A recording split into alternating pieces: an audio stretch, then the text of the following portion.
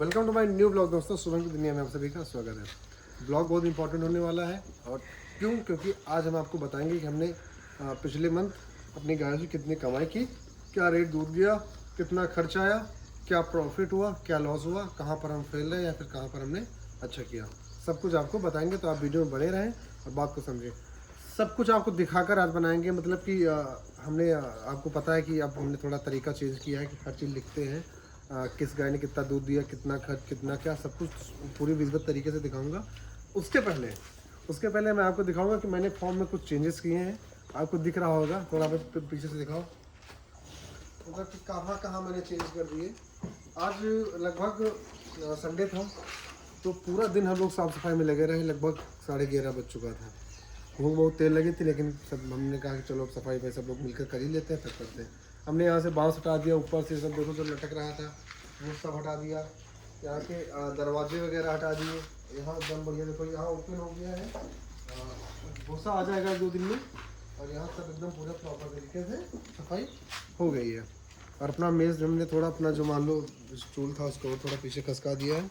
ये हमारा लिखने पढ़ने का वो है। अब हम आपको इसमें सारी चीज़ें हैं, पूरी डिटेल अब आपको मैं सब कुछ दिखाऊंगा, तो आप आराम से बने रहो वीडियो में और समझो हर चीज़। देखो, सबसे पहले तो आपको पता होगा, नए जो सब्सक्राइबर हैं उनको नहीं पता, पुरानों को तो पता होगा कि मैंने लिखना चालू किया है हर चीज़ का डाटा। कि अब हम आपको ये भी बता सकते हैं कि हमारी एक गाय ने 1 महीने में कितना मिल्क दिया, कितना मिल्क दिया, कितनी फीड खाई टोटल, और एक गाय पर कितना खर्चा है, सब कुछ लिखा हुआ है इसमें। ये आप देख सकते हैं कि जैसे मान लो आज 9 तारीख है, मॉर्निंग का ये है, 8 तारीख का ये है, आपको दिख रहा है। ये हमारे गाय के कोड हैं। गाय के कानों में आप देखेंगे तो एक टैग लगा हुआ है येलो कलर का, दिख रहा होगा सभी को। ये टैग बीमा का है, मतलब कि हमने अपनी सारी गाय को बीमा कराया है, उसका है। और इनका आधार कार्ड काम करता है। इस कोड में इनकी सारी डिटेल्स है। ये वही कोड यहाँ पर लिखे हुए हैं। कौन से कोड की गाय कितना दूध देती है, सुबह शाम दोनों समय। सुबह की मिल्किंग 9 बजे की हो चुकी है, शाम की मिल्किंग अभी नहीं हुई है। अभी मिल्किंग होगी, फिर हम इसका लिखेंगे कि हमारी इस गाय ने इतना दूध दिया। मतलब ये एक आसान है चुका मेरे लिए। साथ में उसमें हम एक चीज़ और क्या ऐड करके चलते हैं कि खर्च, मतलब कि हमारा पर डे का खर्च कितना होता है वो भी लिख के चलते हैं। देखो, जैसे ये हमारा 6 तारीख का है, इसमें पेट्रोल का 105 रुपये का पेट्रोल डला है गाड़ी में। 600 रुपये का कैल्शियम आता है, ये कैल्शियम है भाई, 600 रुपये का मिलता है। और जो खर्च करते हैं, जो लेना देना होता है, पेट्रोल तो हमारा डेली लगता है, तो डेली इसमें लिखा हुआ है। हर जगह खर्चा आप कहीं भी देखोगे कि हमने कहा, जैसे 1500 रुपये डॉक्टर को दिए दवाइयों के, वो भी लिखा, हर चीज़। उसके साथ साथ ये तो मान लो हमारी रोज़ की होगी, जिसमें हम सुबह शाम दोनों समय इसको हम यूज़ करते हैं। उसके बाद एक हमारे पास ये डायरी है, इसमें हम लिखते हैं कि हमारे पास कितना पैसा कहाँ से आया। अब ये देखो, ये है हमारा 1 7 से लेके 31 तक जुलाई का। अब इसमें क्या लिखा हुआ है, सबके नाम लिखे हुए हैं। और सबसे 31 तक कितना पैसा आया है मेरे पास पिछले महीने का, वो सारा लिखा हुआ है। तो अब इस पर गौर करेंगे तो इसमें आप देखेंगे कि सबके सामने सब लिखा है। डेयरी का देखो, पेन कहाँ चला गया, ये डेयरी हमारे अमूल डेयरी देखो लिखा है, पेन नहीं चल रहा था इसमें। ये अमूल डेयरी का है। कितना पेमेंट आया, 29,462 रुपये। दूसरी पेमेंट अमूल डेयरी की ये आई है 21,476 रुपये। पहली पेमेंट अमूल की आती है 20 तारीख को, दूसरी पेमेंट आती है 6 तारीख को। लेट लिपेट होता है, मतलब एक आधा दिन हो जाता है आगे पीछे, बाकी लेट नहीं होता। 2 पेमेंट 2 टर्म में जो है अमूल डेयरी पेमेंट देती है हम लोग को। तो ये चीज़ देखो। उसके बाद आपको इसमें गांव के लोगों के नाम लिखे होंगे और लिखा होगा कि किसने कितना रुपया दिया है मुझे, सब लिखा हुआ है इसमें। मतलब कि अब हम तुक्का नहीं लगा सकते कि कहाँ पे मिसमैच हुआ, सब कुछ लिखा हुआ है। अब गांव का जो हमारा गांव का दूध आया वो कितने का हुआ, 19,578 रुपये का। ये दिख रहा है आपको, ये 19,578, ये मेरा जो गांव में दूध जाता है उसका है, जो मेरा गांव में दूध गया। और उसके आगे लिखा हुआ है, ये देखो 50,938 रुपये। ये हुआ हमारा 50,938 रुपये। ये हमारा हुआ उसका डेयरी का। डेयरी के 2 पेमेंट आए थे, एक आया था 24,462, दूसरा 21,476। तो ये दोनों मिलाकर 50,000 रुपये, 50,938 रुपये हुआ। गांव का जो हमारा पेमेंट था वो हुआ 19,578 रुपये। अब दोनों का हम एक में ऐड कर देंगे तो हमारा आता है 70,516 रुपये। दिख रहा 70,516 रुपये। मतलब कि अगर जो सेल की बात हुई कि मैंने अपने जो जुलाई का मंथ था तो उसमें हमने कितना दूध सेल किया, तो उसका अमाउंट है 70,516 रुपये। ये तो हो गया अब दूध सेल करने के बाद।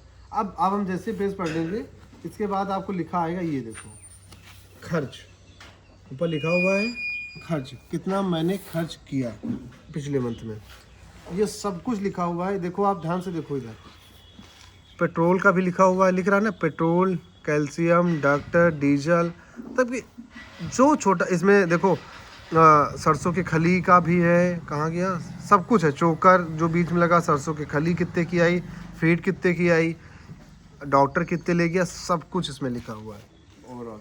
अब इसको मैंने खर्च निकाला तो ये हमारा आता है कि हमने कितना 39,480 रुपये, 39,480 रुपये पिछले महीने में खर्च हुआ। अब 39,480 में क्या क्या है, ये बात को समझो। देखो गाड़ी का भी है, गाड़ी में लगभग 2,500 रुपये लगे थे ना पिछले महीना। गाड़ी कहाँ लिखा हुआ है इसमें, 2,500 रुपये गाड़ी में मेरा खर्च आया था। गाड़ी का टायर वगैरह बदलाया था, इंजन भी बदला हुआ था।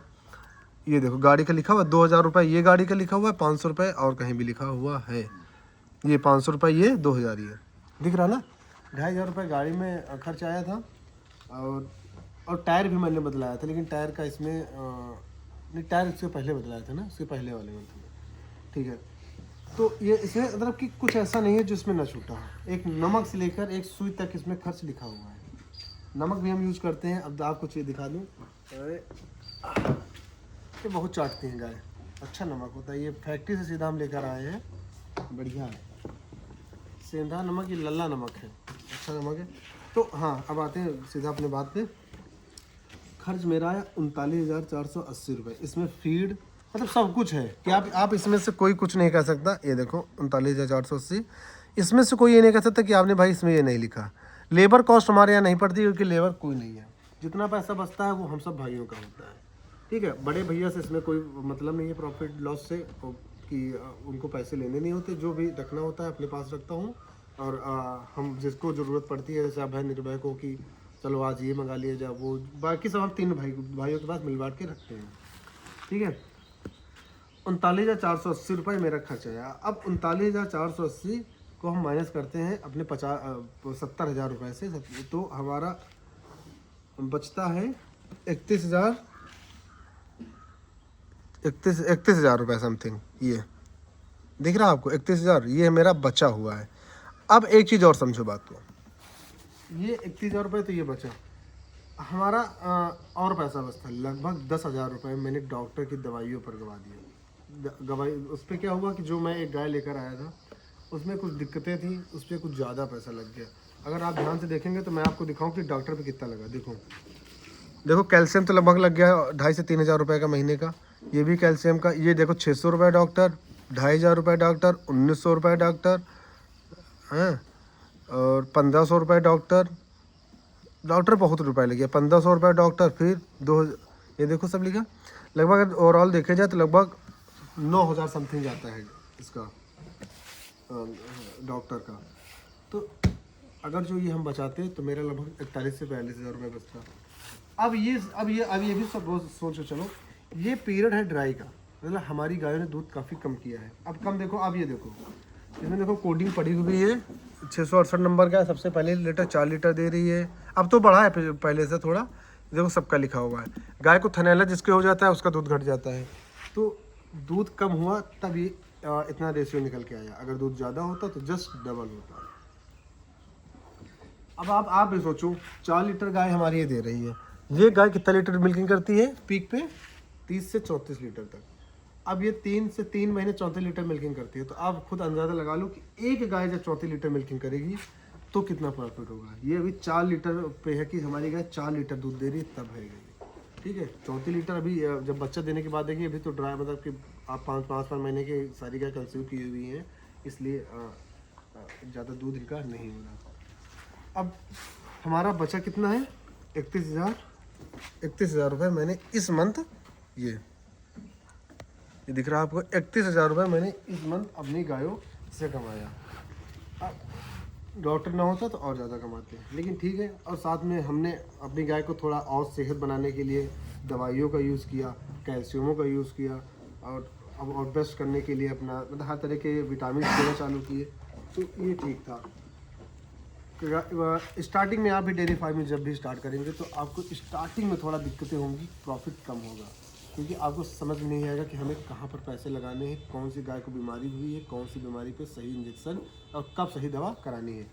जब आपको थोड़ा आप लॉन्ग टर्म के लिए अपना डेयरी फार्म चलाएंगे 2 साल, 1.5 साल, 3 साल तक, तब आप प्रॉपर तरीके से उसमें परफेक्ट हो जाएंगे। फिर आपको पता होने लगेगा, फिर आप डॉक्टर पर ज़्यादा निर्भर नहीं होंगे। बहुत ही रेयर केस में, बहुत ज़्यादा हाई केसेस होंगे तो आप डॉक्टर को बुलाएंगे, बाकी आप खुद संभाल लेंगे। थनैला वगैरह सबसे ज़्यादा बेसिक बीमारी होती है फार्म पर जो आती है, उसका इलाज तो आप ही कर सकते हैं। मैं कर लेता हूँ, लेकिन अभी जो IV रूट की दवाइयाँ होती हैं मैं वो नहीं लगा पाता। ठीक है, तो ये हमारा प्रॉफिट कितना हुआ 31,000 रुपये। टोटल दूध कितना सेल हुआ 70,000 रुपये का, और सब कुछ खर्च है भाई इसमें ये कोई कह नहीं सकता कि आपने इसका नहीं लिखा। गाड़ी से लेके डीजल तक, अगर जो एक मैंने फार्म पे एक सुई भी मंगाई तो उसका भी इसमें खर्च लिखा हुआ। ठीक है, अब हम मिल्किंग करेंगे, क्योंकि थोड़ा लेट हुआ मिल्किंग का, कभी लाइट भी नहीं आ रही है, जनरेटर का तेल लेने निर्भय गए हुए हैं। तो अब आप लोग बताओ, पिछले मंथ हमें मात्र 15 से 20,000 रुपये बचा था। क्यों? क्योंकि मेरे पास चारों गाय ड्राई पे चल रही थी, अभी भी ड्राई पे, लेकिन 2 गाय थोड़ा बैकअप के लिए आ गई हैं। अभी हम और गाय लाएंगे वही नवंबर के समथिंग, तब गाय लाएंगे, तब थोड़ा और रिसीव बढ़ेगा। तो ठीक है, अब वो मिल्किंग करते हैं, क्योंकि समय हो चुका है मिल्किंग का। और फॉर्म में जो मैंने चेंज किया ये भी आप कमेंट में बताना कि फॉर्म पहले से कैसा लग रहा है। अब थोड़ा ज़्यादा ओपन लग रहा है, इनको सीधा हवा भी लगेगी। अभी हल्की धूप आ रही है, कच्ची धूप है, कोई दिक्कत नहीं है, बॉडी पे ज़्यादा दिक्कत नहीं रहती। सारी गाय खा रही हैं, वो बैठ गई है, क्योंकि इसको खुर में थोड़ी दिक्कत थी। सारी गाय खा रही है, अब हम मिल्किंग चालू करते हैं। ठीक है दोस्तों, तो जो चीज़ ना समझ में आई हो, जो नए डेयरी फार्मर हैं, जो पुराने डेयरी फार्मर हैं, कोई भी बात पूछनी चाहते हैं कि क्या कैसे करना है, कहाँ पे दिक्कतें हमारे लिए जो दिक्कतें मैंने आपको बताया, आप अगर इन दिक्कतों से बचना चाहते हैं तो अपने डेयरी फार्म पर समय ज़्यादा दें, और हर बीमारी के बारे में कुछ ना कुछ तो सिम्टम्स आपको पता होने चाहिए, तब आप अपनी गाय को ज़्यादा अच्छे तरीके से देखभाल कर पाएंगे, और अपनी गाय को बीमार होने से पहले उसका इलाज कर उसे बचा पाएंगे, और मोटे खर्चे से अपने आप को बचा पाएंगे। तो इसका ध्यान रखें। और डेयरी फार्मिंग फिर मैं कहता हूँ, अगर जो रेटिंग देनी हो कि डेयरी फार्मिंग में बिजनेस पर्पज़ से कितना बेस्ट है, तो भाई 10 में से मैं इसको 7 नंबर देना चाहूँगा, क्योंकि अच्छा काम है। अभी थोड़ा और आगे बढ़ूँगा मैं, जब मुझे और समझ में आएगा तो मेरा इनकम ज़्यादा जनरेट होगा डेयरी फार्म से। तो डेयरी फार्मिंग बेस्ट है, अच्छा है, आप कर सकते हो। कुछ चीज़ें कमियां हैं तो हर बिजनेस में होती हैं भाई, आप डेयरी फार्मिंग करो, बेस्ट है, अच्छा है। धन्यवाद, मिलते हैं आपको नेक्स्ट ब्लॉग में इंटरेस्टिंग वीडियो के साथ। अपनी राय ज़रूर दें कमेंट में, और बस अपना प्यार बनाए रखें, चैनल को लाइक सब्सक्राइब जरूर करें। Bye bye.